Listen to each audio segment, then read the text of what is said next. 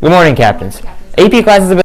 And I'm Noah Dooley, and we're coming to you with another episode of WK Today from Studio 503. Let's start with a look at the weather for the week. Warm temperatures continue to stick around for the first part of the week. Today's high will be in the upper 70s with some gusts of wind. The temps will remain in the 70s tomorrow with a slight chance of rain. On Wednesday, the sun reappears and temps will get to the near 70s. However, that looks to be the end of the warmer temps as the high on Thursday will only reach 58 with a chance of rain. Temps continue to sink. Senior pictures are due by next Friday, October 28th. Please make sure they return to Miss Gross-Nickel during 4th hour or 5th hour in room 503. If any seniors have not already had a senior photo taken, a photographer will be available on Friday, November 4th during the 4th hour. The cost will be $5. Please see Ms. Gross-Nickel with any question. Now let's turn it over for Aaron for sport.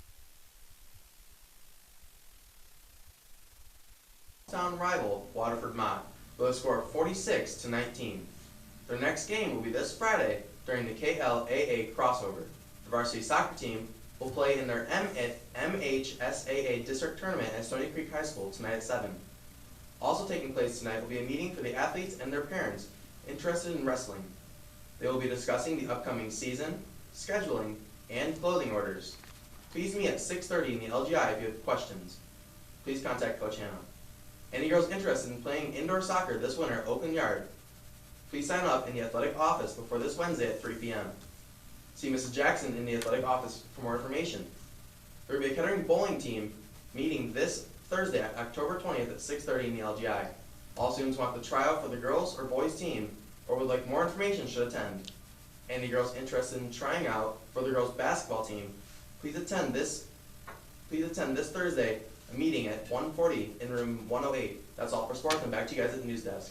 Thanks, Aaron. Freshman Campaign Week for Student Council Executive Board is this week, October 17th through the 21st.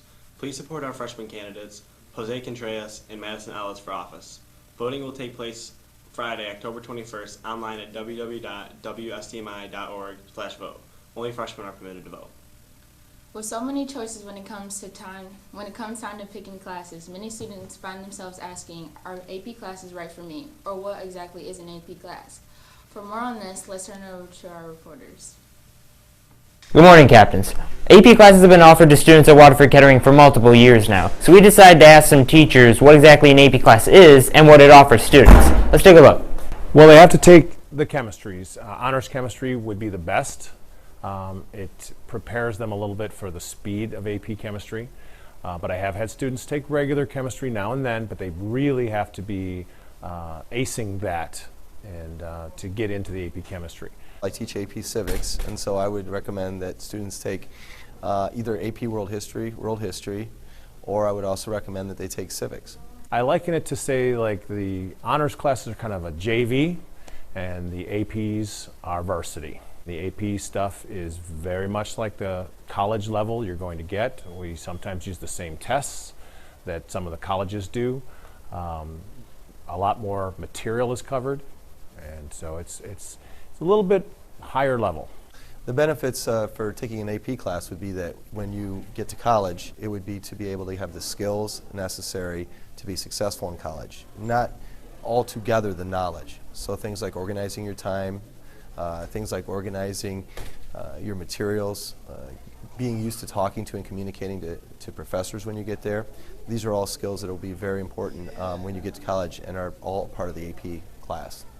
If you do well on the test at the end of the year that the College Board gives, you get free college credit. I've had students who get 5s on the AP Chem class. They'll get 10 free college credits at several universities, but you will save a lot of money, and you might be able to skip chemistry altogether. Even students who may not pass the test at the end of the year, when they go to take their freshman class at Michigan State, they remember so much and they've already got a head start. The basic difference is the amount of work that the student is expected to do. In an AP class, they are literally putting themselves in a college classroom, and the expectation is that they'll do college work to get college credit. Whereas in a regular class, the workload would be less. They could lower your GPA if you're not careful. So they can be, if you take too many AP classes, you could hurt your GPA overall if you don't do well. An AP class is on a 5-point scale, so therefore if you got a B, then that would equate to an A, or if you got a C, that would equate to a B. They can be more painful or more helpful. You get an A in an AP class, it definitely does help better, more, and so it can swing either way. That's all from us. Now back to you at the news desk. Thanks for that important information. Well, that's all we have for you today, Captains. Once again, I'm Dre Hall. And I'm Noah Dooley. We will see you tomorrow on another episode of WK Today. And happy birthday, Mrs. Ritter.